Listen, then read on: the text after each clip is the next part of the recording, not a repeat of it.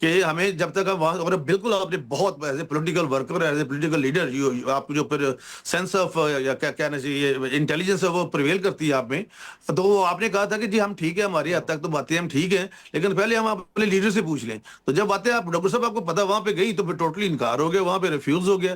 اور ابھی بھی آپ دیکھیں نا آپ کی جماعت میں ہم، لیکن آپ کا انٹرنل معاملے میں کہوں گا نہیں، لیکن ابھی اچک صاحب ہمارے لیے قابل احترام ہے، علامہ راجہ ناصر عباس صاحب ہمارے لیے قابل احترام ہے، لیکن آپ کو اپنی پارٹی میں سے کوئی بندہ ہی نہیں ملا. وہ ہمارے ایک شادی تھی گاؤں میں، تو لڑکی کا بھائی خود ہی اپنے گئی جا رہا بہنوئی کو کہیں جا رہا ہے، پنجابی جیسے اتنے پنجابی ہیں کہ لے آتے تو انہوں چلا پر رہنا کو نہیں ہو.